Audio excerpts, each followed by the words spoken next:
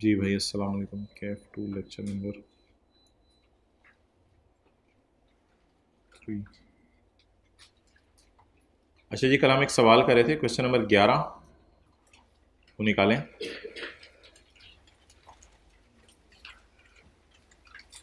Past paper का question number 11। इसमें जो पॉइंट नंबर 3 था,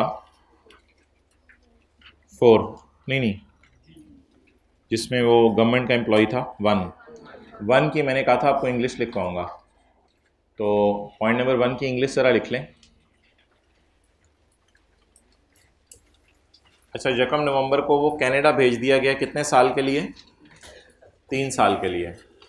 तो मिस्टर शाह अगर मिनिस्ट्री ऑफ फॉरेन अफेयर्स में काम कर रहे हैं तो क्या इसका पाकिस्तान का स्टे काउंट किया जाएगा या गवर्नमेंट एम्प्लॉय होना ही इसको रेजिडेंट बना देगा? तो जो साहब ऐसे हैं जो कि पाकिस्तान के अंदर मौजूद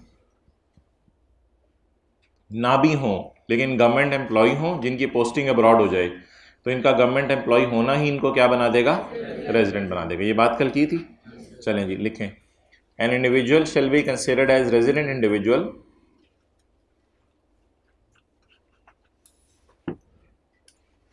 if he is an employee or official. An individual shall be considered as resident individual if he is an employee or official of federal or provincial government posted abroad. भाई वही जो कल इंग्लिश आप लोगों ने घर जाके याद किया है।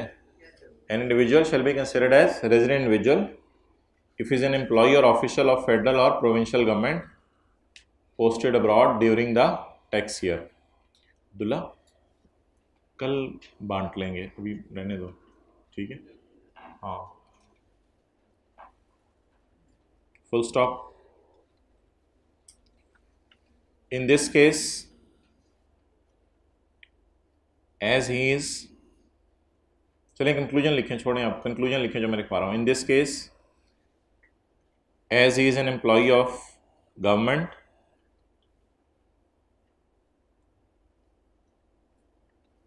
in this case as he is an employee of government,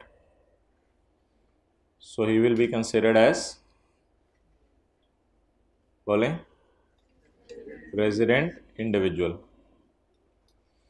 तो इसको resident individual समझा जाएगा।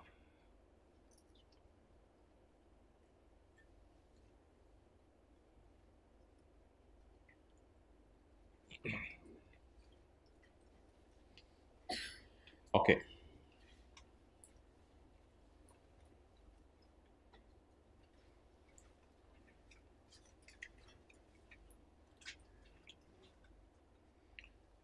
अच्छा जी, अब वापस आ जाएं जो हम कल पढ़ रहे थे।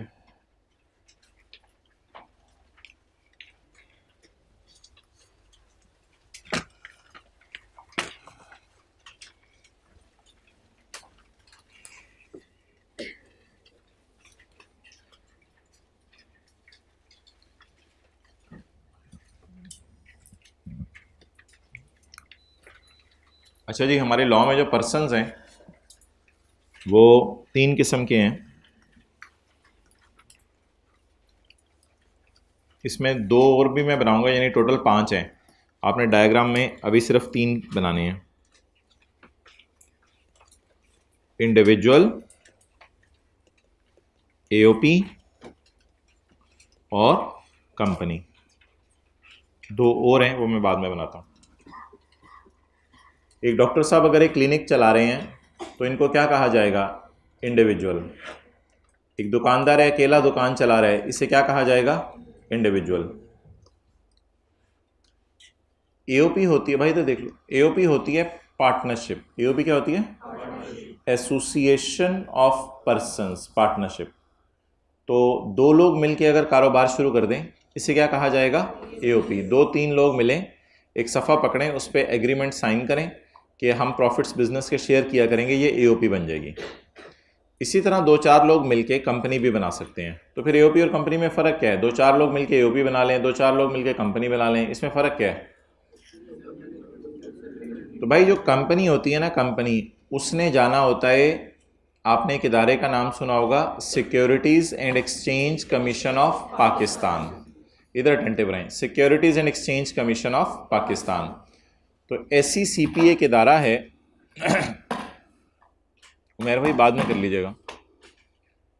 SECP एक इदारा है जिसके पास आपने जाना है और उसके पास जाकर आपने अपने आप को रजिस्टर करवाना है। क्लियर? SECP रहने पास जाके अपने आप को आपने रजिस्टर करवाना है। तो अगर रॉयल फैन वाले कहते हैं कि हम अपने आप को कंपनी कहलवाना चाहते हैं, तो ऐसी सूरत में रॉयल फैन वाले क्या करेंगे? रॉयल फैन वाले किसके पास जाएंगे? Securities and exchange commission of Pakistan, SECP के पास जाएंगे और जाके अपने आप को रजिस्टर करवाएंगे। क्लियर? अगर कोई पार्टनरशिप फर्म है, दो तीन लोग मिलके कहते हैं हम पार्टनर बनेंगे और पार्टनर बन के कारोबार शुरू करेंगे, इन्होंने किसी के पास जाना नहीं। एक बात याद रखिएगा, ये जो पार्टनरशिप फर्म्स होती हैं, इन्होंने किसी के पास जाना नहीं होता पाकिस्तान में। ये बस पार्टनरशिप फर्म क्या है, आपने साथ वाले से मिलके काम शुरू किया, आपने साथ वाले को कहा यार ऐसा करते हैं, पिछली गली के अंदर जो है वो कुछ दुकान ले लेते हैं और दुकान लेके वहाँ पे जो है वो बोतलें बिस्किट बेचते हैं। कॉलेज से माशाल्लाह बड़े बच्चे निकल रहे होते हैं ज़ोहर की नमाज़ पढ़ने के लिए, तो रास्ते में हम जो है वो दुकान खोल लेते हैं एक। तो अब आप दोनों ने मिलके पार्टनरशिप कर ली, आपने पाकिस्तान के किसी लॉ के तहत अपने आप को रजिस्टर नहीं कराना। पार्टनरशिप्स को अपने आप को रजिस्टर कराना ज़रूरी नहीं है। हाँ, साल के एंड पे अगर आपने इतनी इनकम कमा ली जिस पे टैक्स बनता हुआ, तो FBR में जाके आप टैक्स ज़रूर जमा करा दें, लेकिन इस बात का ये मतलब नहीं होगा कि फिर आप अपने आप को कहीं रजिस्टर करवा रहे हैं। वो तो FBR में जाके आप सिंपल जो आपकी इनकम पे टैक्स बन रहा होगा वो जमा करवा रहे होंगे। क्लियर? तो ये है जी AOP और कंपनी में फ़र्क। AOP दो तीन लोग होते हैं जो मिलकर कारोबार शुरू कर देते हैं, लेकिन अपने आप को कहीं रजिस्टर नहीं करवाते, लेकिन आपस के अंदर एक माहिदा ज़रूर करते हैं, एक सफ़ा बनाते हैं, सफ़ों पे तीनों पार्टनर्स के साइन होते हैं और उसके बाद कारोबार शुरू होता है। लेकिन कंपनी में फॉर्मेलिटीज़ ज़्यादा हैं, ना सिर्फ आपने एक सफ़े बनाने हैं बल्कि हुकूमत को जाके वो जमा भी करवाने हैं। SECP security exchange commission of Pakistan एक इदारा है, उसके पास आप जाएंगे और आपको किस लॉ के तहत रजिस्टर किया जाएगा कंपनी को? किसी को पता है कंपनीज लॉ का नाम? कंपनीज एक्ट 2017 में आया था ये एक्ट। तो कंपनीज एक्ट के तहत आपको अपने आप को जाके क्या करवाना पड़ेगा? रजिस्टर करवाना पड़ेगा। और किस दफ्तर में जाना पड़ेगा? Securities and exchange commission of Pakistan में। अच्छा जी, तो इंडिविजुअल्स, पार्टनरशिप्स और कंपनीज, कल हमने पढ़ा था इंडिविजुअल कब रेजिडेंट बनता है। हमने ये नहीं पढ़ा था कि इंडिविजुअल कब नॉन रेजिडेंट बनता है, लेकिन ऑब्वियसली जो इंडिविजुअल रेजिडेंट नहीं है वो क्या है? इसी तरह AOP भी रेजिडेंट भी हो सकती है और इसी तरह कंपनी भी रेजिडेंट भी हो सकती है और, चले नोट कर लो।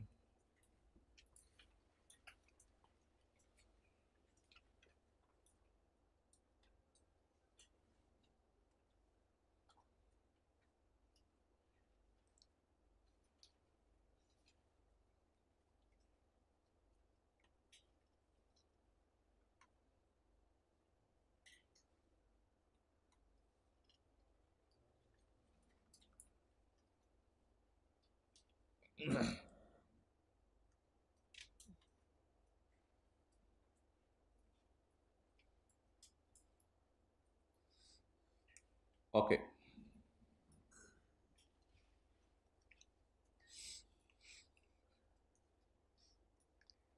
कल हमने ये पढ़ लिया था जो मैंने हाईलाइट किया। इंडिविजुअल कब रेजिडेंट बनता है?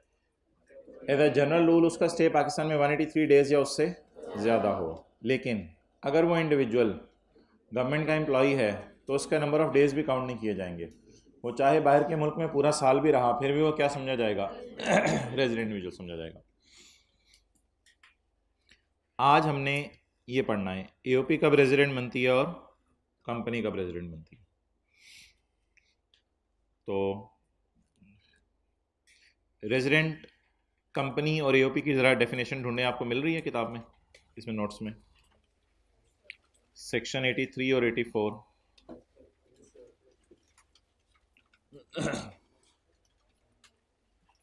इसमें आप पहले देख लें जी रेजिडेंट कंपनी और नीचे है रेजिडेंट एओपी। रेजिडेंट एओपी देख लेते हैं पहले। मुझे पता है इंडिविजुअल में एक पॉइंट रहता है कल वाला, वो मैं आपको करवाऊंगा। रेजिडेंट एओपी, एओपी किस वक्त रेजिडेंट बनती है? मिल गया? अच्छा जी, एओपी किस वक्त रेजिडेंट बनती है? एओपी में होते हैं पार्टनर्स। एओपी का कंट्रोल एंड मैनेजमेंट किसके हाथों में होता है? पार्टनर्स। कंपनी का कंट्रोल एंड मैनेजमेंट किसके हाथों में होता है? डायरेक्टर्स। डायरेक्टर्स के हाथों में। और एओपी का कंट्रोल एंड मैनेजमेंट पार्टनर्स के हाथों में। ये कोई सफ़े के टॉप पे आपको वही नजर आ रहा होगा, रेजिडेंट एओपी। मिल गई? अच्छा, अगर एओपी के पार्टनर्स पाकिस्तान में मौजूद हैं, सारे या सारों में से कुछ, तो एओपी क्या बन जाएगी? रेजिडेंट। कितने अरसे के लिए? चाहे एक दिन के लिए। मिसाल के तौर पे एक एओपी ऐसी है जो कि पाकिस्तान के अंदर इंजमामुल हक है, सकलैन मुश्ताक है, शाहिद अफरीदी है, इन तीनों ने मिलकर कोई पार्टनरशिप शुरू कर दी। चलो जी हम एसी बना के बेचते हैं। तो इन तीनों ने मिलकर जो पार्टनरशिप शुरू की, ये तीनों तो रहते ही पाकिस्तान में अक्सर, तो इनका कंट्रोल एंड मैनेजमेंट सारा का सारा किधर है? पाकिस्तान के अंदर है। तो फिर इसलिए ये एओपी तो क्या बन जाएगी? बाय डिफ़ॉल्ट ही रेजिडेंट बन जाएगी। ठीक है, सारे के सारे मौजूद हों या सारों में से थोड़े, ये तीनों जो मैंने आपको नाम लिए हैं ये तो शायद सारे के सारे ही पाकिस्तान में मौजूद हों जिस वक्त डिसीजन मेकिंग हो रही होती हो। ठीक है, मिसाल के तौर पर ऐसा भी हो सकता है कि डोनाल्ड ट्रंप और श्रीलंका में मुरलीधरन, ये दोनों मिलकर पार्टनरशिप कर लें और पाकिस्तान के अंदर जो है वो गंदम बेचने का काम शुरू कर दें।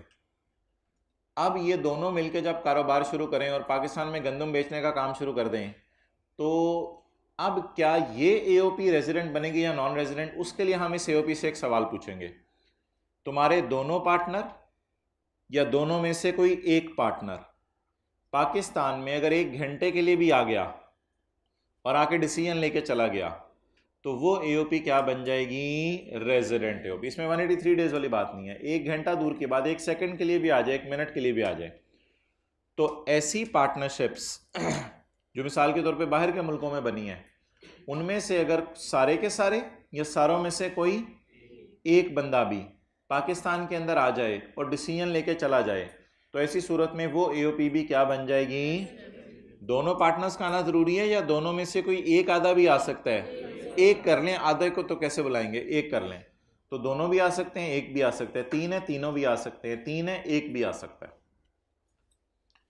तो an AOP shall be considered as a resident AOP for a if control and management यानी partners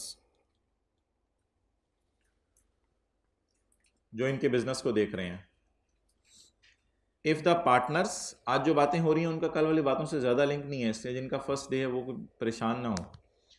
if the partners of the AOP situated Holi, सारे आ जाएं या सारों में से थोड़े से आ जाएं, कहां आए? कितने अरसे के लिए? Eight any time in the year. Any time in the year का क्या मतलब है? 183 डेज के लिए आए, एक दिन के लिए, 1 मिनट के लिए, 1 लम्हे के लिए भी आ सकते हैं। तो यह भी सादा सी डेफिनेशन है।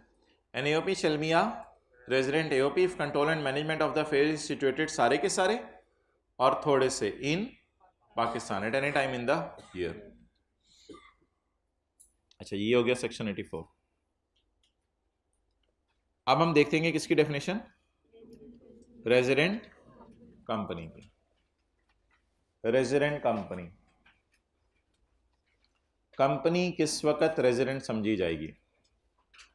अच्छा, पाकिस्तान के अंदर कौन सा लॉ है जो कंपनीज की इनकॉर्पोरेशन को देखता है? हाँ, पाकिस्तान में कंपनीज एक्ट 2017 है। अच्छा, ये जो रॉयल फैन वाले हैं, इन्होंने अपने आप को कंपनीज एक्ट 2017 जो पाकिस्तान का लॉ है इसमें इनकॉर्पोरेट या रजिस्टर करवाया होगा? यस। इसी तरह हायर कंपनी है, वो एसी बनाते हैं, उन्होंने पाकिस्तान में कंपनी लॉ में अपने आप को रजिस्टर करवाया होगा? यस, उन्होंने रजिस्टर कराया होगा। जीएफसी फैन वाले हैं, गुजरात फैन वाले हैं, उन्होंने अपने आप को पाकिस्तान के कंपनी लॉ में रजिस्टर करवाया होगा? बिल्कुल करवाया होगा। तो ये जितनी मैंने आपको कंपनीज़ की मिसालें दी, ये तो पाकिस्तान के लॉ में रजिस्टर्ड है। तो जो कंपनी अपने आप को पाकिस्तान के लॉ में रजिस्टर करवा ले, वो कंपनी तो बाय डिफ़ॉल्ट ही क्या बन जाएगी, रेजिडेंट बन जाएगी। अ कंपनी शेल बी अगर इट इज इनकॉर्पोरेटेड और फाउंड बाय और under any law in force in found by law, कानून ने बनाई या खुद बनी थी, फिर कानून के तहत अपने आप को इसने रजिस्टर करवा लिया। वो कानून कौन सा है? Companies act 2017। तो जो कंपनी पाकिस्तान में अपने आप को कंपनीज एक्ट 2017 के तहत रजिस्टर करवा ले, वो कंपनी बोलें क्या बन जाएगी, रेजिडेंट कंपनी बन जाएगी। अब जी कोका कोला है, वो कहे जी मैंने पाकिस्तान के अंदर अपनी ब्रांच खोलनी है। अगर तो वो कोका कोला पाकिस्तान में अपनी ब्रांच खोले और वो पाकिस्तान के लॉ में अपने आप को रजिस्टर भी करवाना पसंद करें, फिर तो वेलकम, पॉइंट ए के तहत आप रेजिडेंट बन जाएंगे। लेकिन अगर कोका कोला वाले कहें कि जी पाकिस्तान के लॉ में हम अपने आप को रजिस्टर नहीं करवाना चाहते, बस हम वैसे ही ब्रांच चलाएंगे, हमारा हेड ऑफिस बाहर है, बाहर हमने अपने आप को रजिस्टर करवाया हुआ है, हर मुल्क में जाके क्या अपने आप को रजिस्टर करवाते हैं फिर कंपनी लॉ के तहत, तो इसलिए हम पाकिस्तान के कंपनी लॉ में अपने आप देख लिया मोबाइल हम, अच्छा हो गया, हम पाकिस्तान के कंपनी लॉ में अपने आप को रजिस्टर करवाना नहीं चाहते। ऐसी कंपनी के लिए बढ़ेगा पॉइंट बी आगे। पॉइंट बी कहेगा कि अच्छा भाई ठीक है कोक वालों, आप अगर अपने आप को पाकिस्तान के लॉ में रजिस्टर नहीं करवाना चाहते, ना करवाओ, कोई मसला नहीं। आप ये बताओ कि आपका मैनेजमेंट एंड कंट्रोल कहाँ है, आपका मैनेजमेंट एंड कंट्रोल कहाँ है, यानी कोका कोला का मैनेजमेंट एंड कंट्रोल कहाँ है? वो होंगे इनके डायरेक्टर्स। इस केस में आपको पता है पार्टनरशिप के फर्म्स में जो मैनेजमेंट एंड कंट्रोल संभालते हैं वो पार्टनर्स होते हैं, और कंपनी के केस में जो मैनेजमेंट एंड कंट्रोल संभालते हैं वो डायरेक्टर्स होते हैं। तो पूछा ये जाएगा कि भाईजान डायरेक्टर्स कहाँ पर हैं? अगर डायरेक्टर्स सारे के सारे, बोले साथ वाले के कान में, सारे के सारे डायरेक्टर्स एक मिनट के लिए भी पाकिस्तान इकट्ठे आ जाएं कंट्रोल चलाने के लिए, तो वो कंपनी रेजिडेंट बनेगी, वरना वो कंपनी रेजिडेंट। यहां होली और पाटली का लफ्ज ने लिखा हुआ, यहां अंग्रेजी वही है जो एओपी के अंदर है, लेकिन एक लफ्ज बस डिफरेंट है, कंट्रोल एंड मैनेजमेंट, यानी directors. Control and management of the affairs of company is situated सारा का सारा कंट्रोल एंड मैनेजमेंट कहां हो? इन पाकिस्तान। कितने अरसे के लिए? एक लम्हे के लिए भी हो सकता है। तो इस कंपनी को क्या कह दिया जाएगा? Resident company. अब अगर इसको बात को मैं डायग्राम के ज़रिए बनाऊं तो ये इस तरह बनेगी। कंपनीज़ के लिए ये रूल है कि अगर तो उन्होंने अपने आप को इनकॉर्पोरेट करा लिया पाकिस्तान में कंपनी लॉ के तहत, तो वो क्या है? अगर not incorporated in Pakistan under company law, लेकिन अगर अपने आप को कंपनी लॉ में रजिस्टर ना करवाएं, तो फिर क्या देखा जाएगा? If control and management is situated, तब जाके क्या बनेगी? ये रूल है। नोट करो।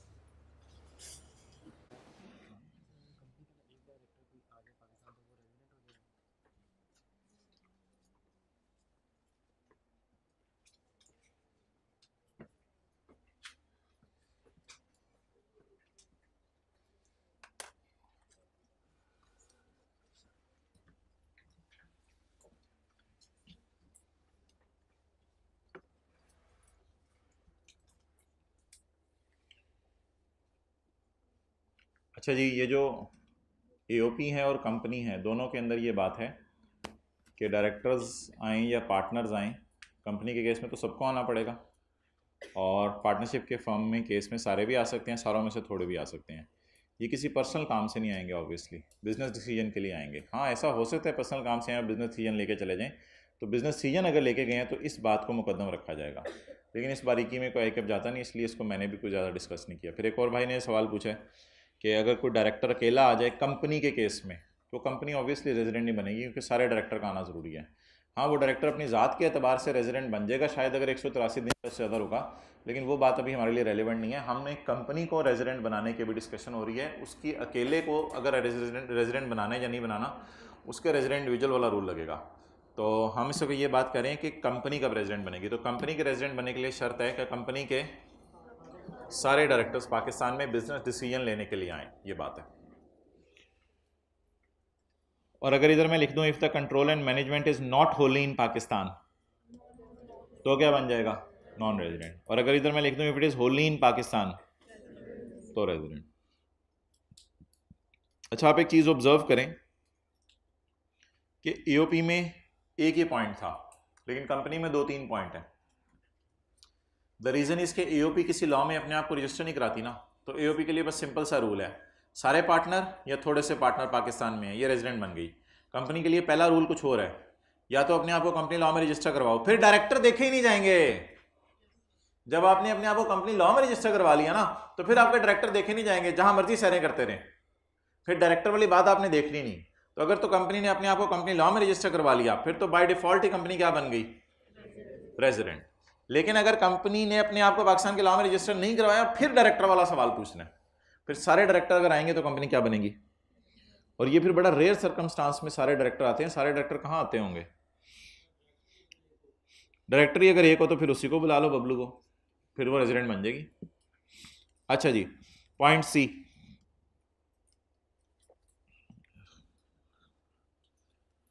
तीन गवर्नमेंट्स होती हैं, फेडरल गवर्नमेंट, प्रोविंशियल गवर्नमेंट और लोकल गवर्नमेंट। यहाँ 2 गवर्नमेंट्स का जिक्र है, प्रोविंशियल गवर्नमेंट और लोकल गवर्नमेंट। फेडरल गवर्नमेंट तो वो शहबाज शरीफ वाली, प्रोविंशियल गवर्नमेंट जो सूबों वाली है, और लोकल गवर्नमेंट होती है जो नाजिम होते हैं इलाके के, उनकी हुकूमत होती है। तो लोकल गवर्नमेंट्स ये होती हैं। अच्छा, अब सवाल ये है कि प्रोविंशियल गवर्नमेंट और लोकल गवर्नमेंट का लफ्ज़ यहाँ लिखा है, फेडरल गवर्नमेंट का लफ्ज़ जो है वो यहाँ नहीं लिखा हुआ, इसलिए कि फेडरल गवर्नमेंट को आपको कंपनी बनाने की ज़रूरत नहीं है कि फेडरल गवर्नमेंट को आप कहें ये कंपनी है, तो ये अजीब सी बात होगी। फेडरल गवर्नमेंट को कंपनी कहना अजीब सी बात होगी। इसलिए थोड़ी देर में मैं आपको फेडरल गवर्नमेंट को बताऊंगा, ना ये इंडिविजुअल है, ना एओपी है, ना कंपनी है, बल्कि फेडरल गवर्नमेंट अपने अंदर ही अलग से एक पर्सन है। उसकी बात मैं बाद में करूंगा। फेडरल गवर्नमेंट के अलावा और कौन सी गवर्नमेंट बच गई, प्रोविंशियल और लोकल गवर्नमेंट। अब प्रोविंशियल और लोकल गवर्नमेंट ने ना कभी कभी टैक्स देना होता है। अब आप हैरान होंगे, आप कहेंगे गवर्नमेंट ने क्यों टैक्स देना है, गवर्नमेंट तो टैक्स लेती है लोगों से, ना कि गवर्नमेंट टैक्स दे। तो हम आने वाले दिनों में रिजल्ट के बाद पढ़ेंगे कि अगर प्रोविंशियल गवर्नमेंट अपने सूबे से बाहर जाके कोई काम करे तो फिर आपको सूबे में दूसरे सूबे में जाके टैक्स देना पड़ेगा। तो इसलिए एज अ प्रिकॉशनरी मेजर उसने गवर्नमेंट को किसी कैटेगरी में फेंक दिया। वो किस कैटेगरी में फेंकना उसने मुनासिब समझा, उसने कहा गवर्नमेंट को इंडिविजुअल में फेंकूं, नहीं, प्रोविंशियल गवर्नमेंट की बात कर रहा हूँ।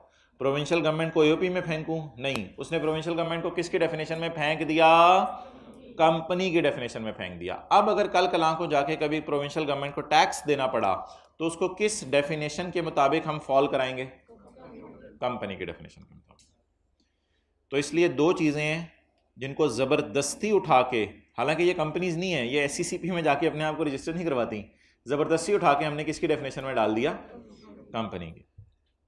प्रोविंशियल गवर्नमेंट और लोकल गवर्नमेंट, क्लियर। तो ये 3 जी सिचुएशंस हो गई जो किसको डील करेंगी, रेजिडेंट कंपनी को। अब जी अब आप मुझे बता दें कि हमारी सारी बात की समरी क्या बनी। अभी इसको साइड पे रखें। रेजिडेंट इंडिविजुअल कौन है, 183 डेज या उससे ज़्यादा रुके, या गवर्नमेंट का एम्प्लॉय हो, कोई इन्वॉल्व हो, साथ होंठ हिलाने से डेप्रिशिएट नहीं करेंगे। ईओपी कब रेजिडेंट है, ईओपी तब रेजिडेंट है जब इसका मैनेजमेंट एंड कंट्रोल होली या पार्टली पाकिस्तान में हो। कंपनी या तो पाकिस्तान के लॉ में अपने आप को रजिस्टर करा ले तो भी रेजिडेंट है, नहीं रजिस्टर कराती तो सारे डायरेक्टर पाकिस्तान आ जाएं तो रेजिडेंट है, और प्रोविंशियल गवर्नमेंट और लोकल गवर्नमेंट भी कंपनी की डेफिनेशन में फॉल करेंगी। किनका? प्रोविंशियल गवर्नमेंट जो पाकिस्तान की है वो तो रेजिडेंट ही होगी ना फिर। ओके अच्छा भाई, एक पॉइंट अब रह गया था, पॉज करना वो वक्त। अच्छा जी, रेजिडेंट इंडिविजुअल में यार हमारा आखिरी पॉइंट रह गया था, पॉइंट नंबर डी रह गया था ना, पॉइंट नंबर डी रह गया था, तो वो ज़रा उसको देखते हैं हम। आई होप आप सही जगह पे पहुंचे हैं। ये देख लें, पॉइंट डी है, उसके साथ 2 बुलेट्स भी बने हुए हैं, नीचे एग्जांपल्स भी हैं। मिल गया?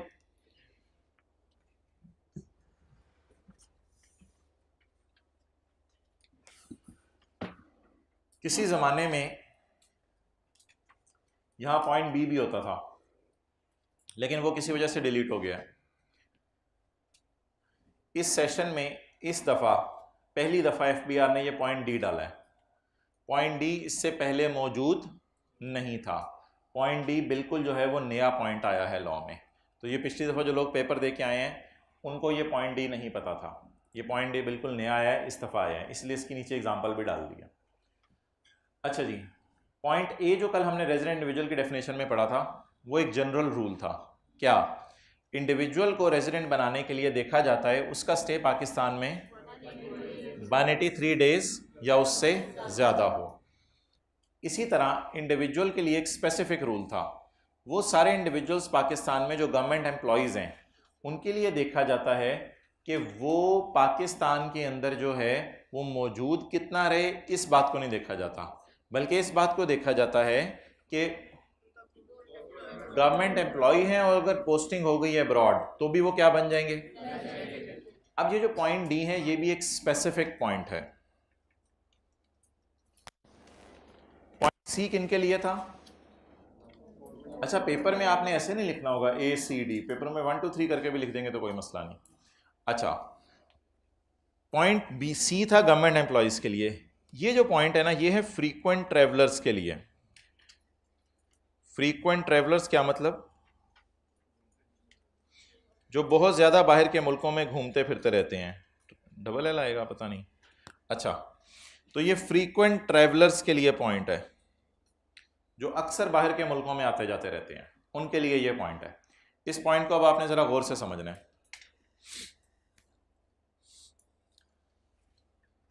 फिलहाल आप एग्जाम्पल पढ़ के पहले वाली अपना कल वाला नॉलेज अप्लाई करें जो पॉइंट ए में हमने पढ़ा था।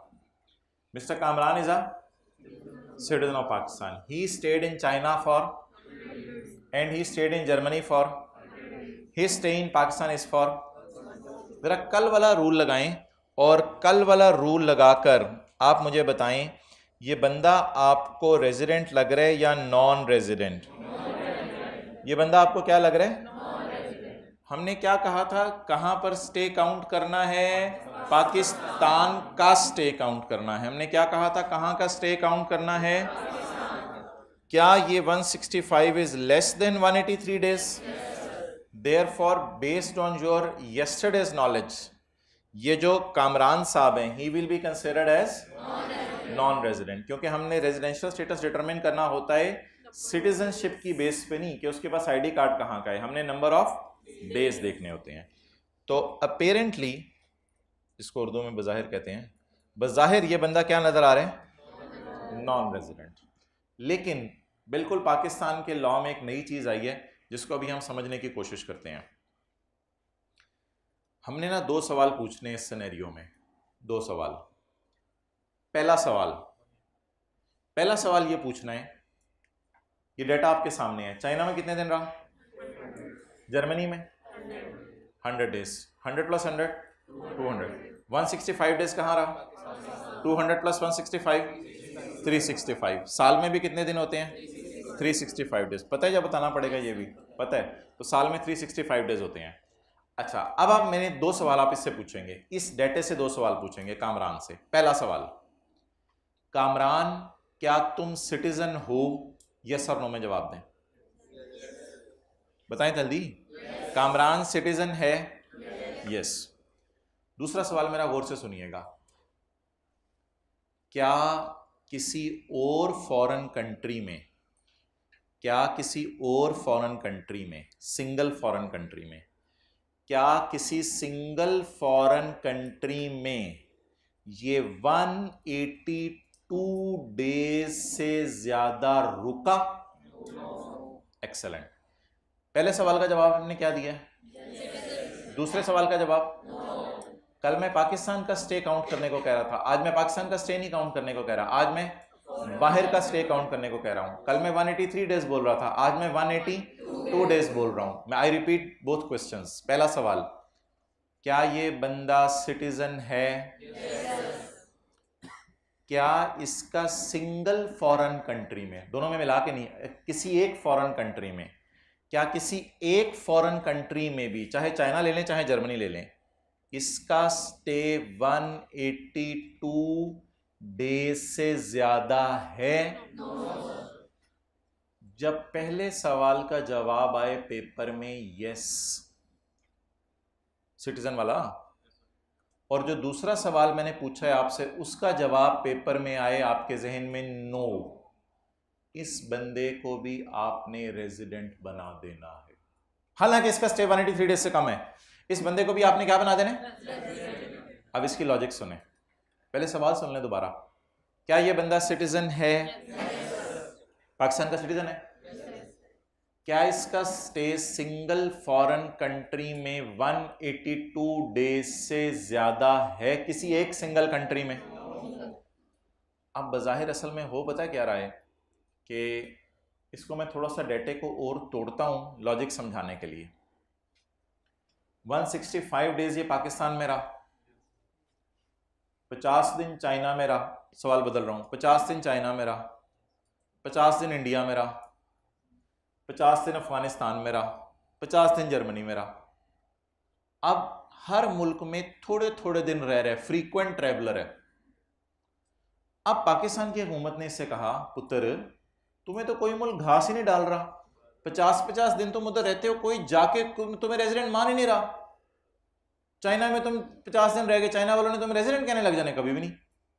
इंडिया में तुम 50 दिन रहे, उन्होंने तुम्हें रेजिडेंट कहने लग जाने, कभी भी नहीं। अफगानिस्तान में तुम 50 दिन रहे, उन्होंने तुम्हें रेजिडेंट कहने लग जाने, कभी भी नहीं। जर्मनी के अंदर तुम 50 दिन रहे, उन्होंने तुम्हें रेजिडेंट कहने लग जाने, कभी भी नहीं।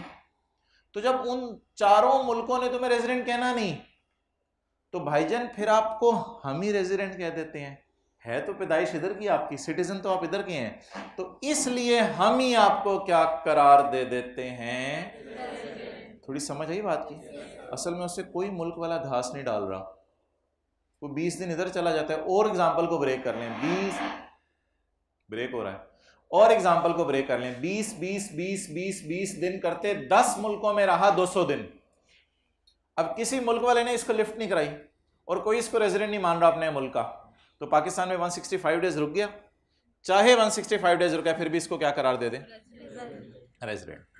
अब आपने दो सवाल पूछने हैं, पहले का जवाब आया करेगा, दूसरे का जवाब आया करेगा नो। आपने इस बंदे को क्या करार दे दिया करना है? अगर इन दोनों सवालों का जवाब कुछ भी डिफरेंट हो जाए ना, दोनों का जवाब ये आना जरूरी है, पहले का हमेशा दूसरे का हमेशा नो। इसके अलावा अगर कोई भी जवाब आए, यानी दोनों का यस आ जाए, दोनों का नो आ जाए, फिर भी आपने फारक करना है इसको, सिर्फ एक ही जवाब आना चाहिए। नंबर 1 पहले का यस, दूसरे का नो। तो ऐसी, और इसमें आपने स्टे कौन सा काउंट करना है? पाकिस्तान वाला स्टे काउंट करना है या बाहर वाला स्टे काउंट करना है? बाहर वाला सारे मुल्कों का टोटल करके काउंट करना है या किसी एक कंट्री का देखना है? किसी एक कंट्री का देखना है। ओके, तो last time, Kamran is a citizen of Pakistan. क्या इसका स्टे किसी एक बाहर के मुल्क में 182 डेज से ज्यादा है? इसका जवाब क्या आ गया? एक का जवाब यस आया, दूसरे का जवाब नो आया। आप इसे फिर पाकिस्तान का रेजिडेंट करार दे दें, क्योंकि कोई मुल्क 100 दिन पे इसको लिफ्ट नहीं करा रहा, इसको रेजिडेंट नहीं मान रहा। तो फिर बहालत मजबूरी कौन इसको रेजिडेंट मान ले? अपना पाकिस्तान वाले रेजिडेंट मान ले। पहले लॉ की प्रोविजन पढ़ें, फिर सोल्यूशन पढ़ें। इसमें आपने दूसरा बुलेट नहीं पढ़ना, सिर्फ पहला बुलेट पढ़ना है। ही is a citizen of Pakistan and he is not मौजूद इन अदर कंट्री। तो लॉ वाले ने लिखा हो ना, लॉ वाला जरा मुश्किल लैंग्वेज लिखता है। अदर से मुराद सिंगल है, सिंगल कंट्री। अदर को अंडरलाइन करके सिंगल कंट्री, इधर इधर ये वाला अदर अंडरलाइन करके single country. He is a citizen of Pakistan and is not मौजूद in single country for more than, और ये कौन सी सिंगल कंट्री है ये भी ऊपर लिख लें, फॉरेन होनी चाहिए। ये कौन सी सिंगल कंट्री हो, foreign country, single foreign country. Any other से मुराद वही है ना पाकिस्तान के अलावा, तो सिंगल फॉरेन कंट्री, अदर का मतलब single foreign, is not in single foreign country for more than 182 days. अब आप एक काम करें, दूसरा सवाल ना उर्दू जबान में जरा लिख लें, ताकि दूसरा सवाल जब आपको पेपर में आए तो आपको पता हो। दूसरा सवाल उर्दू में लिख लें, क्या ये बंदा सिंगल फॉरेन कंट्री में 182 डेज से ज़्यादा रुका? ये सवाल आपने पेपर में ना अपने माइंड से पूछा करना है। क्या ये बंदा, ज़रूर लिखें उर्दू में, क्या ये बंदा सिंगल फॉरेन कंट्री में 182 डेज से ज़्यादा रुका?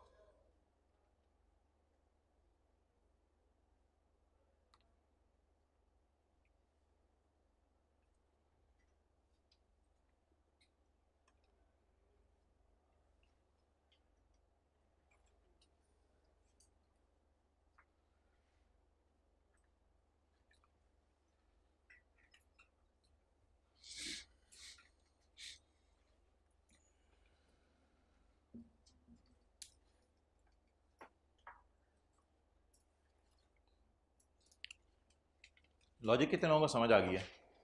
40-40, 50-50 दिन बाहर के मुल्कों में घूम रहे हैं ना, तो अब कोई इसको रेजिडेंट मान ही नहीं रहा, तो फिर कौन गले लगा ले? पाकिस्तान कहे हमारी आगोश में आ जाओ बेटा, इधर बैठ जाओ, फिर तुम क्या हो हमारी नज़र में, तुम ही क्या हो, रेजिडेंट हो। अजी 1 मिनट सवाल पूछ लेने पहले। 182 से ज़्यादा, मोर देन 182, मैंने सवाल क्या लिखवाया उर्दू में? एग्जैक्ट 182 भी नहीं, 182 डेज से ज़्यादा। हाँ हाँ, बस हमने ये सवाल उससे पूछ लिया करना है। चाइना के रूल्स हमें नहीं पता, वो हमें देखने भी नहीं हमने,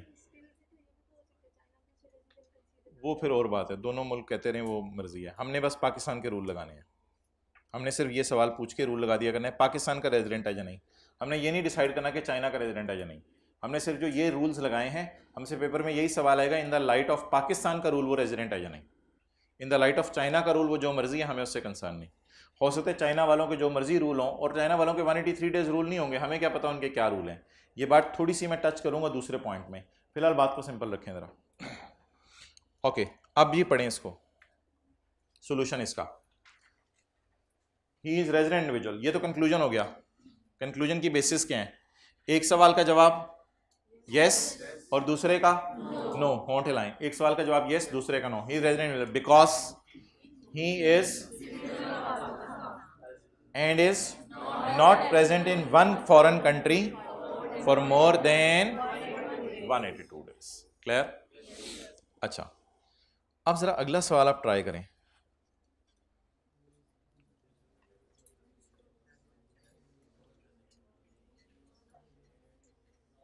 इसका मैंने सॉल्यूशन छुपाया हुआ है।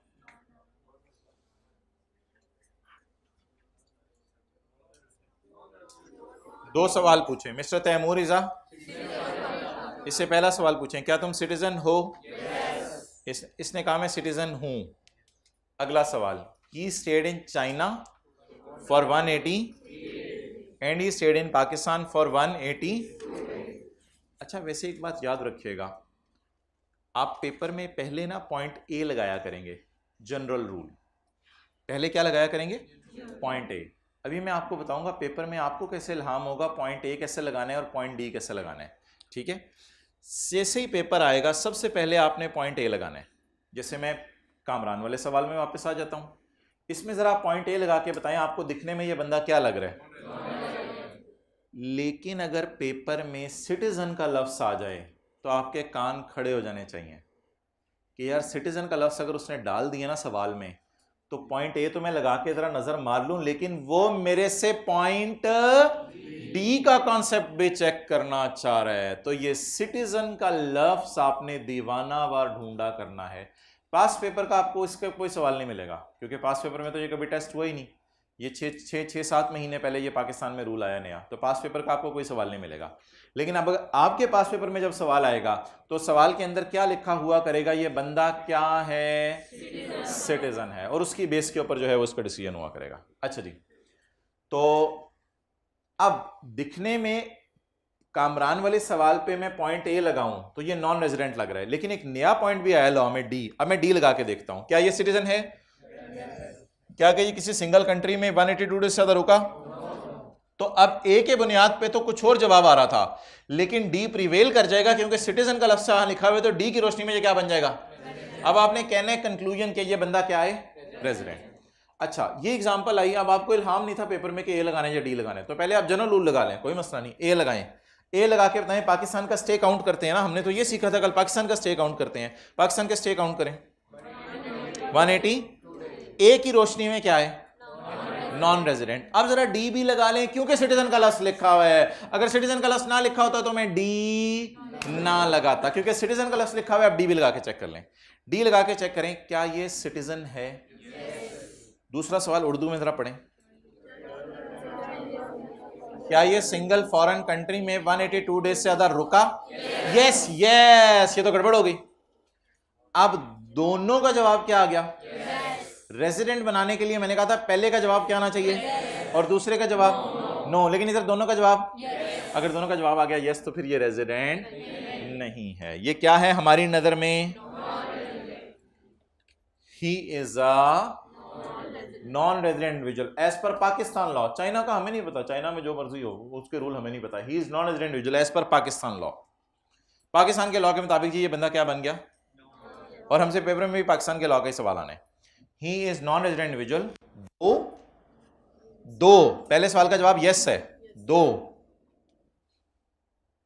ही is a citizen of, but से आगे ये वाली अंग्रेजी मैंने उठाई है, लेकिन नॉट का लफ्ज हटा के, but he is present in one foreign country for more than 182 days. Clear?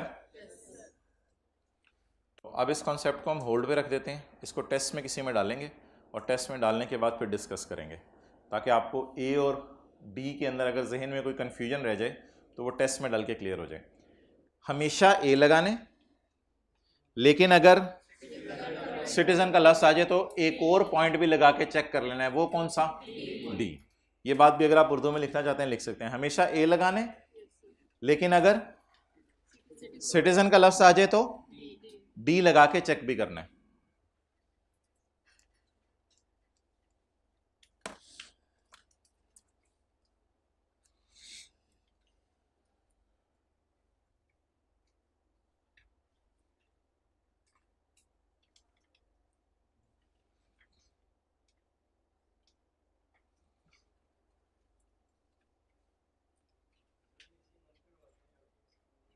वो कर लो ना इंस्टॉल अपने मोबाइल में ऐप, किसी के है तो कर दे ये सी बंद।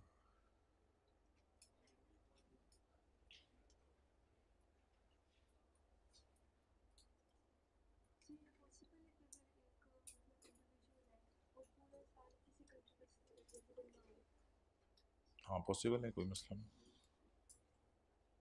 पॉइंट डी,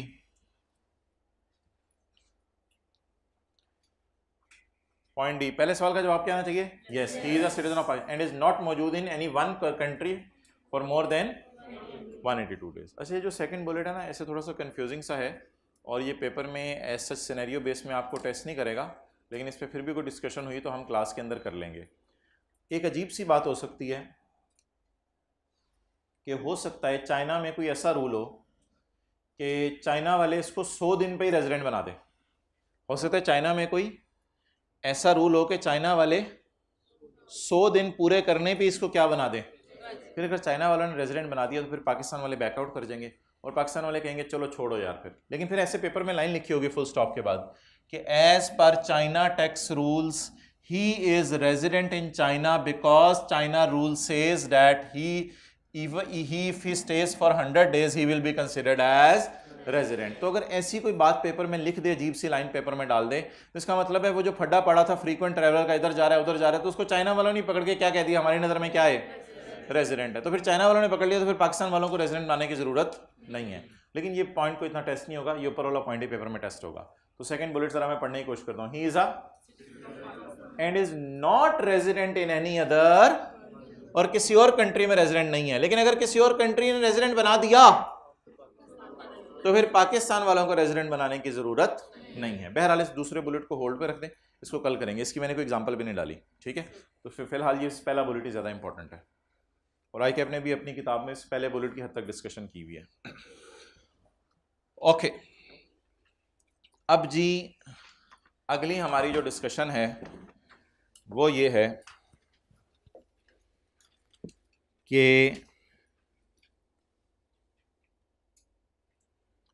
रेजिडेंट पर्सन कौन है। क्या पर्सन कब रेजिडेंट बनता है? तो वो एक आसान सी डेफिनेशन है, वहां लिखा होगा अ person shall B a resident person if he is resident individual, if he is resident AOP and if he is resident company. Person एक ब्रॉड लफ्ज है ना, पर्सन में इंडिविजुअल, पर्सन से मुराद नेचुरल नहीं होता पर्सन। आपको पता है कंपनी सांस नहीं लेती, ठीक है, लेकिन कंपनी का आपने सुना होगा दिवालिया हो जाता है, फिर कंपनी का पर्सन है। लेकिन ऐसी कंपनी नहीं है, कंपनी जा रही थी, कंपनी बैठी हुई थी, कंपनी को भूख लग गई, कंपनी को हमने पानी पिला दिया, कंपनी होश करो, ऐसी बातें नहीं है। तो कंपनी नेचुरल पर्सन नहीं है, लेकिन कंपनी स्टिल आ पर्सन। तो अब एक ब्रॉड डेफिनेशन है जो तीनों की बाप है, वो क्या है, रेजिडेंट पर्सन की डेफिनेशन। और ये हमारी आज की आखिरी डेफिनेशन है, इसके बाद हम थोड़े न्यूमेरिकल पोर्शन की तरफ मूव करने लगे हैं।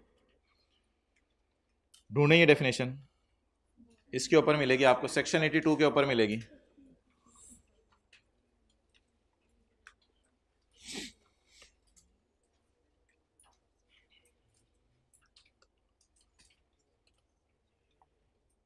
पढ़ लें पॉइंट 1।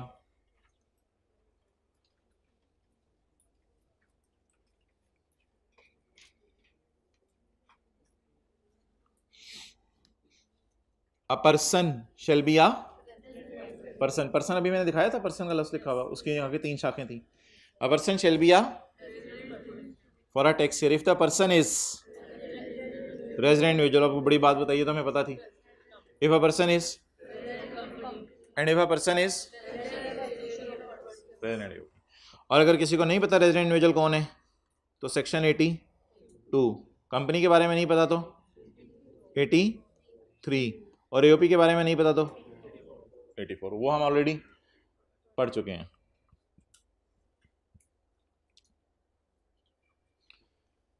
अच्छा, आप अगर इधर फील करें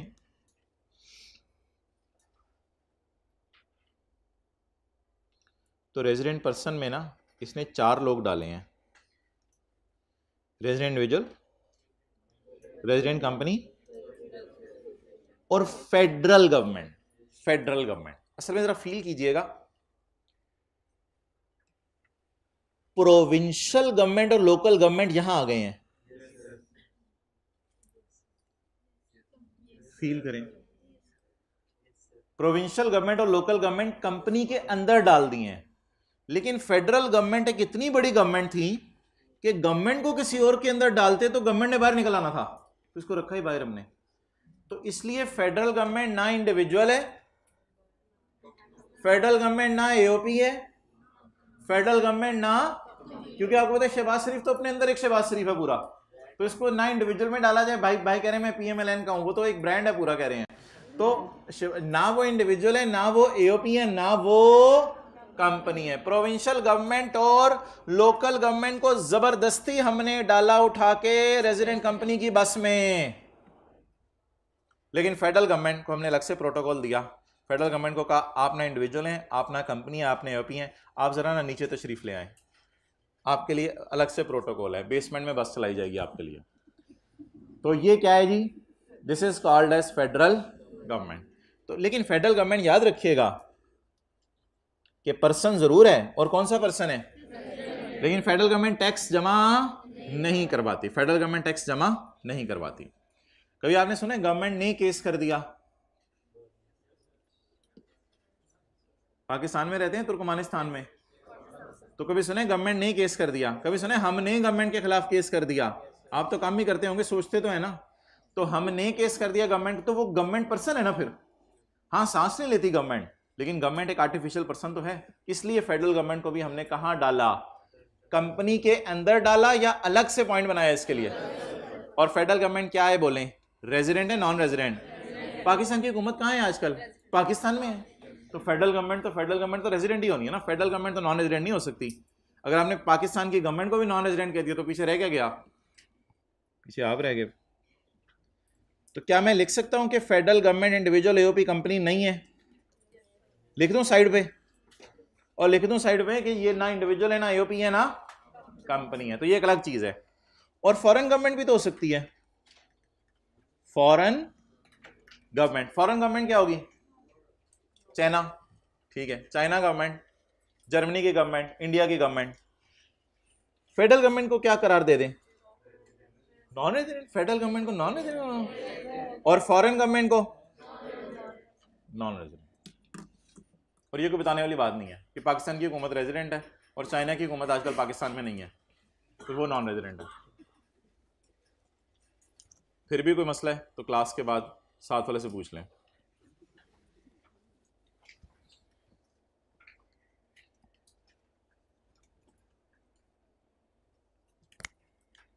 भाईजान, इस डायग्राम में प्रोविंशियल गवर्नमेंट क्यों नहीं आ रही? आपका जवाब होना चाहिए था देखने वाली आंख होनी चाहिए, आ रही है। देखने वाली आंख होनी चाहिए, यहां आ रही है वो। ओहो, चलें जी। अच्छा, ये ना अगला बड़ा इंपॉर्टेंट पॉइंट है, या आपने ना इधर ही कॉलेज में लाइब्रेरी में ना याद करके जाना है। ये अ person shall be a non resident if he is not a resident. इसको ज़रा समझें। वो क्या? चले मैं पहले इंपॉर्टेंट लिख दूं इसके साथ। इंपॉर्टेंट, ये ज़रा आपने ना यकसुई से याद करना है। कहते हैं इधर आओ, मैं आज आपको बताता हूँ नॉन रेजिडेंट कौन है। हम बड़े तैयार होके ना पहुंचे, नॉन रेजिडेंट कौन है? अ person shall be a non resident if he is not a resident. तो जब हमने रेजिडेंट की डेफिनेशन देखी तो वहां लिखा हुआ था person is a resident who is a resident. नहीं, रेजिडेंट तो उसने तफसील से बता दिया ना। तो जो रेजिडेंट नहीं है वो क्या है? अच्छा, आप ज़रा बताना शुरू करें। जो 183 डेज रुके, या जो गवर्नमेंट का एम्प्लॉय हो, या वो जो तीसरी नई वाली बात पड़ी, वो रेजिडेंट है। इसके अलावा बाकी सारे नॉन रेजिडेंट। जो कंपनी लॉ में रजिस्टर कराए अपने आप को, या सारे डायरेक्टर पाकिस्तान में आ जाएं, या प्रोविंशियल या लोकल गवर्नमेंट हो, वो। बाकी सारी कंपनीज जो एओपी पार्टली या होनली पाकिस्तान में मौजूद हो, वो रेजिडेंट। और बाकी सारी एओपीज, अगर पाकिस्तान की हुकूमत रेजिडेंट है तो फॉरेन गवर्नमेंट्स फिर नॉन रेजिडेंट बन गए। ये एक्सप्लेनेशन नहीं पढ़नी आपने, ये इंशाल्लाह हम आगे देखेंगे।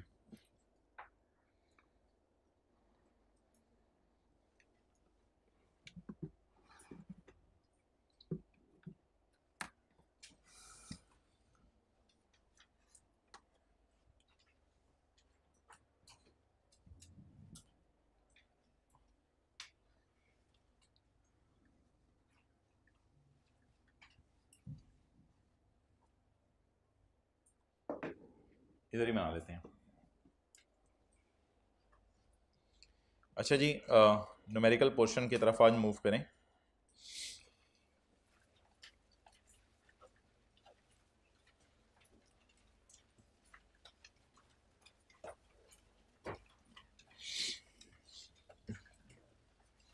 एक साहब हैं जी, मिस्टर उमर।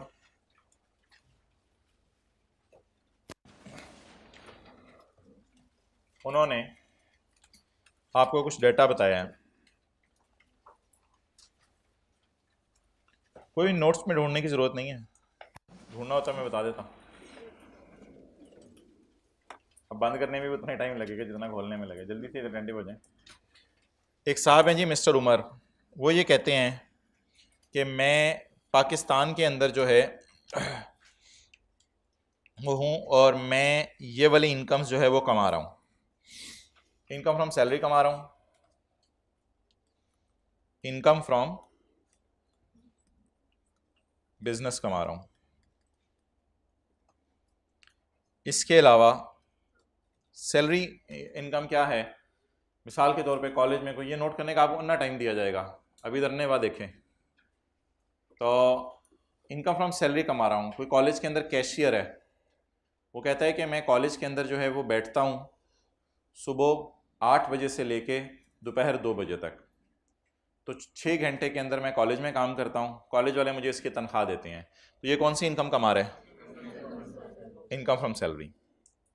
अच्छा, यही बंदा घर चला गया और रेस्ट करके शाम 4 बजे इसने अपने ड्राइंग रूम के अंदर एक खिड़की खोली हुई है और वहाँ पे बिस्किट और बोतलें बेचता है, थोड़ी थोड़ी देर बाद आवाज़ होता है टक टक टक टक टक टक टक, ले लो सुपर, ले लो सुपर, ले लो, तो ये आवाज़ें लगा रहा होता है।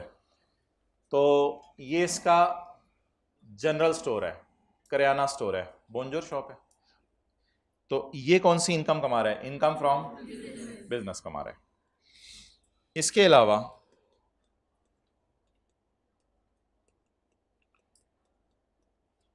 इसने अपने घर का फर्स्ट फ्लोर किराए पे दिया हुआ है, तो ये इनकम फ्रॉम प्रॉपर्टी कमा रहा है। घर का फर्स्ट फ्लोर इसने किराए पे दिया हुआ है, ये इनकम फ्रॉम प्रॉपर्टी कमा रहा है। इसके अलावा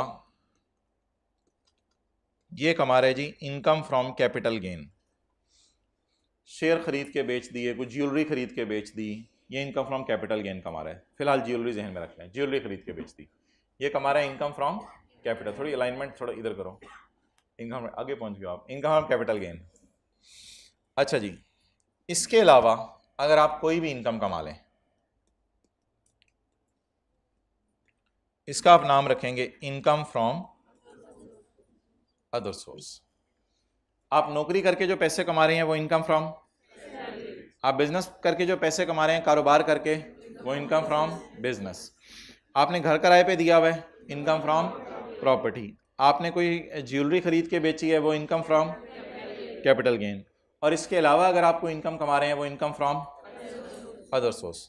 मिसाल के तौर पे आपका वलीमा है, तो वलीमे पे आपको सलामी मिली, तो ये आपने किसी की नौकरी शुरू कर दी है, आपका कारोबार है अपने वलीमे कराना, जल्दी बताएं, यस यस नो में आगे चलें, हंसने की बात नहीं है, ये आपका कारोबार है, आपने अपना ऊपर वाला पोर्शन किराए पे दे दिया है, शादी करा के ऊपर वाला पोर्शन किराए पे दे दिया है, नहीं, आपने कोई ज्वेलरी बेची है, नहीं वो तो बेगम ज्वेलरी ला रही है उल्टा, आपने कोई ज्वेलरी बेची है, तो इन चारों में से आपने कोई एक्टिविटी नहीं की, इसका मतलब है जो बची कुछ इनकम्स हैं वो कहाँ फॉल किया करेंगी, इनकम फ्रॉम अदर सोर्स। शायद ये वो पहली इनकम हो जो आप जिंदगी में कमाएं, इनकम फ्रॉम अदर सोर्स। अच्छा, आर्टिकल्स में ही करवा लेंगे ना आप, इसलिए मैं कह रहा हूं। अच्छा, तो ये 5 किस्म की इनकम्स हैं जो एक बंदा कमा सकता है। इन पांचों का जब हम टोटल मारेंगे तो इसका जवाब होगा टोटल इनकम। बड़ी बात बताई, इन पांचों का जब हम टोटल मारेंगे तो ये क्या आएगी, टोटल इनकम।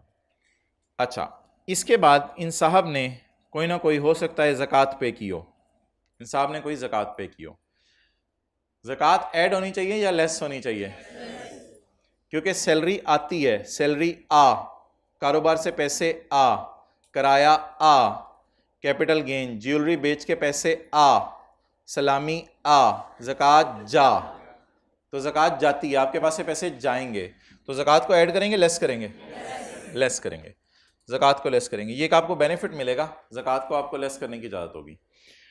और जो कट कटा के पैसे बचेंगे इसका नाम आप रखेंगे टैक्सेबल इनकम। टैक्सेबल इनकम का उर्दू में मतलब क्या है, ऐसी इनकम जिस पे टैक्स लगेगा। अब ये साहब कहते हैं मैंने 3 लाख रुपया सैलरी कमाई है और जी मैंने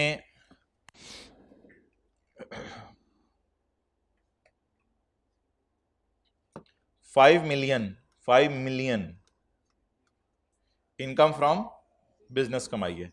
इनकम फ्रॉम प्रॉपर्टी मैंने कमाई नहीं। कैपिटल गेन इनकम मैंने 50,000 रुपया कमाई है। सलामी मुझे किसी ने दी नहीं, दूर से देख के शाबाश दे के चले गए सारे, अल्लाह आपका निगहबान हो कह के। टोटल कितना बन गया? निकाल लें जो बैगों में पड़े हुए हैं। 5350,000। इसमें से माइनस करेंगे जी आप ज़कात। ज़कात फ़र्ज़ करें, नहीं 2.5% आपको रेट याद होगा, वो हमारे सिलेबस में नहीं है। वो इस्लाम की नज़र में आपको याद है 2.5% बड़ी अच्छी बात है, लेकिन वो हमारे सिलेबस में नहीं है रेट याद करना। और ज़कात की अमाउंट पेपर में हमें गिवन करेगा, ज़कात हमें निकालनी नहीं पड़ेगी, क्योंकि ज़कात इनकम्स पे नहीं होती, ज़कात एसेट्स के ऊपर होती है, तो इसलिए ज़कात हमें निकालनी नहीं पड़ेगी। ज़कात की अमाउंट हमें गिवन किया करेगा। तो किसी ने ओवर एफिशिएंट नहीं बनना कि ज़कात मैं डेटे से खुद निकाल लेता हूँ। ज़कात वो आपको गिवन किया करेगा। ज़कात भी सवाल में गिवन है, ये सारा डाटा सवाल का है।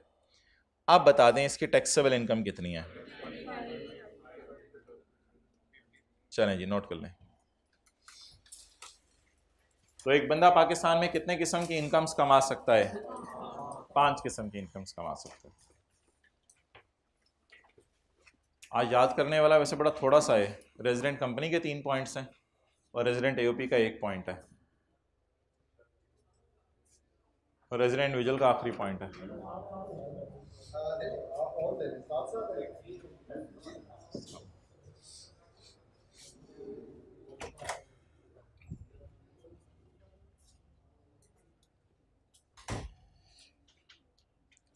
साथ साथ नोट कर रहे होते हो? अच्छा अच्छा, अभी किया।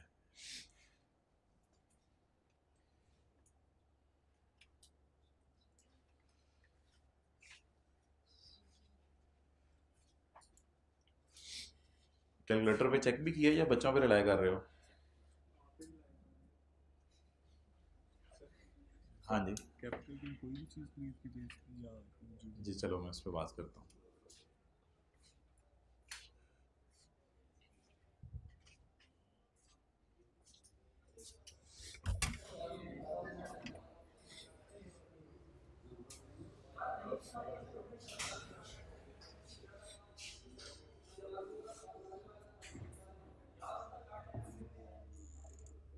कर ले भाई, जल्दी कर ले।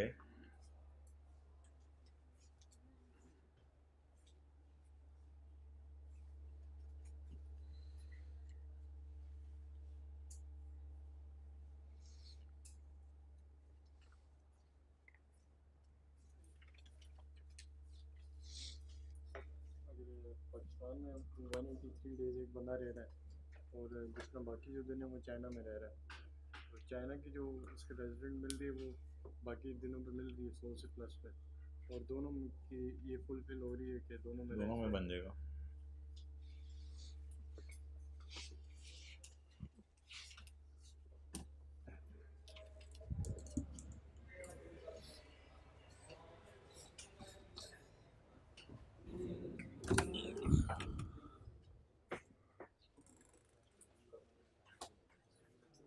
कितने लाख रुपए कमाए हैं?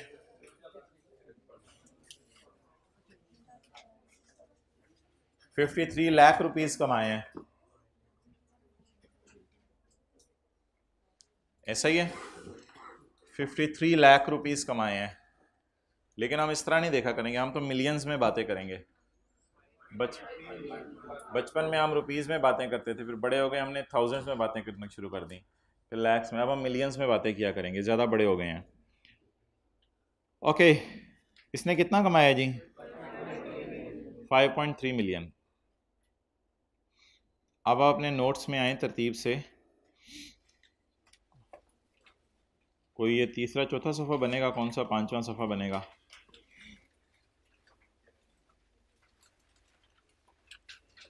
ये आ रहा है लिखा हुआ फर्स्ट शेड्यूल, और जिनके पास किताबें डब्बे डब्बे बदल चुके हुए हैं, फर्स्ट शेड्यूल, इसमें लिखा हुआ आ रहा है डिवीजन 1, इसमें लिखा हुआ आ रहा है rates for of tax for individuals and AOPs. Clear? अच्छा जी, अगर एक बंदा 600,000 से कम कमाए पाकिस्तान में, तो उसने टैक्स कितना देने? 0%। अगर 600,000 से ज़्यादा कमाए but does not exceed 8 lakh, लेकिन 800,000 से ज़्यादा ना कमाए, तो उसके लिए रेट कितने % है? ये ज़रा हमारे वाला बंदा ढूंढे। क्वेश्चन आपके सामने हुआ हुआ है, क्वेश्चन जो आपने रजिस्टर पे देखे उसको कंपेयर करें ज़रा हमारे वाले बंदे से। हमारे वाला बंदा किस सीरियल में गिर रहा है? अमीर है, अमीर कबीर है? अच्छा, ये आप लोगों ने खुद ही कैटेगरीज बना दी हैं, गरीब, अमीर, अमीर करीब, अमीर कबीर, अमीरुन कबीरुन कबीरुन शदीदुन, ये खुद ही कैटेगरीज बना दी हैं। चलें ढूंढें जी किस कैटेगरी में आ रहा है? Serial number 7।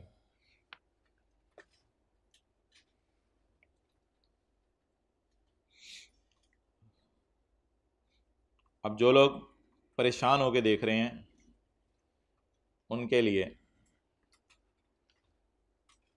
इसको कहते हैं 5.3 मिलियन। बोले क्या कहते हैं? 1 2 3 4 5 6 डिजिट के से पहले अगर कोई लफ्ज़ आ रहा है, साल के तौर पे ये मैं लिखता हूँ 1 2 3 4 5 6, गरम अंडे हो गए कितने? 6। इससे पहले अगर मैं 2 लगा दूँ तो ये क्या है? 2 मिलियन। ये क्या है? 2000। बड़ी बात है यार, चाहे हम। ये क्या है? 2 मिलियन। ये क्या है? 4 मिलियन। ये क्या है? ये क्या है?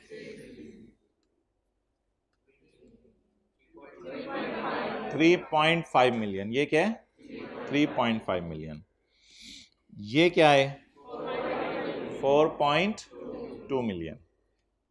अच्छा जी, अब अगर आप इधर डब्बे में आए तो डब्बे में है सीरियल नंबर 7। सीरियल, वो सीरियल खाने वाला नहीं, एस वाला। ये है सीरियल नंबर 7। जिस बंदे की इनकम 4 मिलियन से ज़्यादा हो, लेकिन ये टेबल याद करेंगे कल? हो जाएगा? कितने लोग याद करेंगे? कोशिश करें, याद करेंगे। वैसे पेपर में ये दिया होता है, पेपर में दिया होता है। अब ये टेबल कौन याद करे बैठ के? तो पेपर में इंशाल्लाह दिया होगा, फिर भी याद करेंगे। दीवाने हैं, दीवाने हैं, दीवाने हैं। पेपर में दिया होगा। नहीं दिया होगा क्या मतलब? मैं कह रहा हूँ दिया होगा तो दिया होगा। ठीक, 4 मिलियन से ज़्यादा और 6 मिलियन से टैक्स हम इंशाल्लाह कल निकालेंगे। इस पे टैक्स निकालना हम कल सीखेंगे। फिलहाल मैं आपसे पूछ रहा हूँ कि इस पे जो टैक्स लगेगा वो किस रेट पे लगेगा? सीरियल नंबर 7 वाले, 8 वाले? सीरियल 7 वाले। 4 मिलियन से ज़्यादा और 6 मिलियन से कम, यानी 5.3 मिलियन। अब अगर मिलियन किसी को समझ नहीं आ रहे तो भाईजान ये तो समझ आ रही है ना कि ये जो 4 और 6 है इसके दरमियान 5 शरिया 3 है, और काफ़ी है। तो ये कौन सा सीरियल नंबर इस पे लगेगा जी?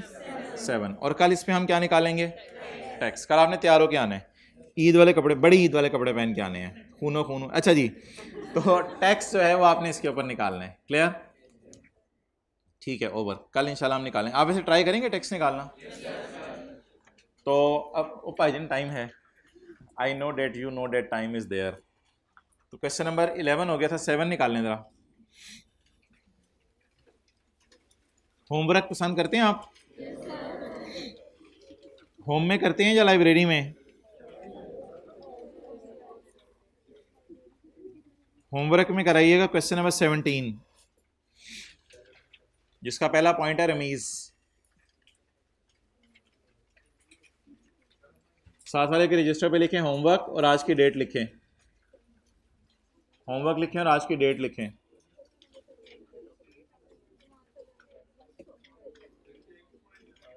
इसके चारों पॉइंट करेंगे बबलू। रमीज वाला, खलील वाला, अली वाला, स्मिथ वाला। अच्छा 11 में आए ज़रा। 11 में .2 .4 से शुरू करते हैं. .4 Farooq trading LLC was incorporated as a limited liability company in. भाईजान ये कंपनी है, इंडिविजुअल है, एओपी है? कंपनी है. कंपनी के लिए रूल हमने पढ़ा था कि पाकिस्तान के लॉ में अपने आप को रजिस्टर करवाए. इसने पाकिस्तान के लॉ में अपने आप को रजिस्टर नहीं करवाया हुआ, बल्कि कहाँ के लॉ में रजिस्टर्ड है? यूएई में. The management and control was situated सारा का सारा इन. अच्छा मुझे बता दें क्या वो जो पॉइंट ए था उसमें लिखा हुआ था पाकिस्तान के लॉ में अपने आप को रजिस्टर करवाए. क्या करवाया इसने रजिस्टर? क्या फॉरेन लॉ में अपने आप को रजिस्टर करवाया? तो फॉरेन लॉ को छोड़ने पर है. आपने अब ये नहीं देखना कि फॉरेन लॉ में रजिस्टर करवाया है. जो बंदा अपने आप को पाकिस्तान के लॉ में रजिस्टर ना करवाए और यूएई के लॉ में रजिस्टर करवा ले, उससे हमने ये सवाल पूछना है कि तुम्हारा मैनेजमेंट एंड कंट्रोल कहाँ है. क्या कंपनी का सारा मैनेजमेंट कंट्रोल बाहर के मुल्क में है? होली इन पाकिस्तान है या होली आउटसाइड है? तो जब होली इन पाकिस्तान होगा तो वो कंपनी क्या बन जाएगी? लिखें जी. A company will be considered as a resident company. जिन्होंने बंद कर लिया हुआ था सब कुछ. A company will be considered as resident company. भाई शुरुली किसी स्पीड से नोट किया करें. A company will be considered as resident company if management and control is situated wholly in Pakistan.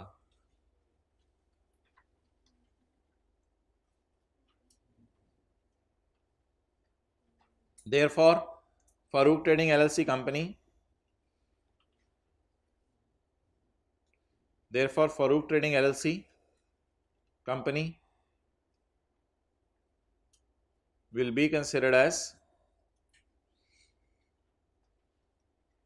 वो बोल रहे हैं रेजिडेंट कंपनी.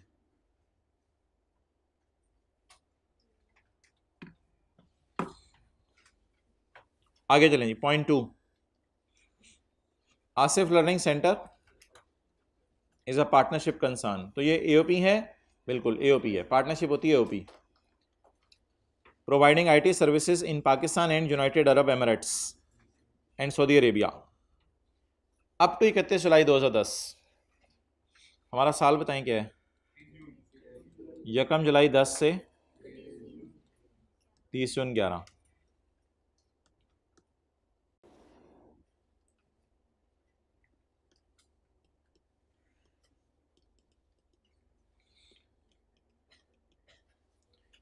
अप टू 31 जुलाई 10 यहाँ तक. The management and control was situated partly in. और 1 अगस्त से सारा मैनेजमेंट एंड कंट्रोल शिफ्ट कहाँ हो गया है? लीजिए तो दुबई चले गए. अब हम क्या करें? भाईजान ग्रीन वाली लाइन देखें.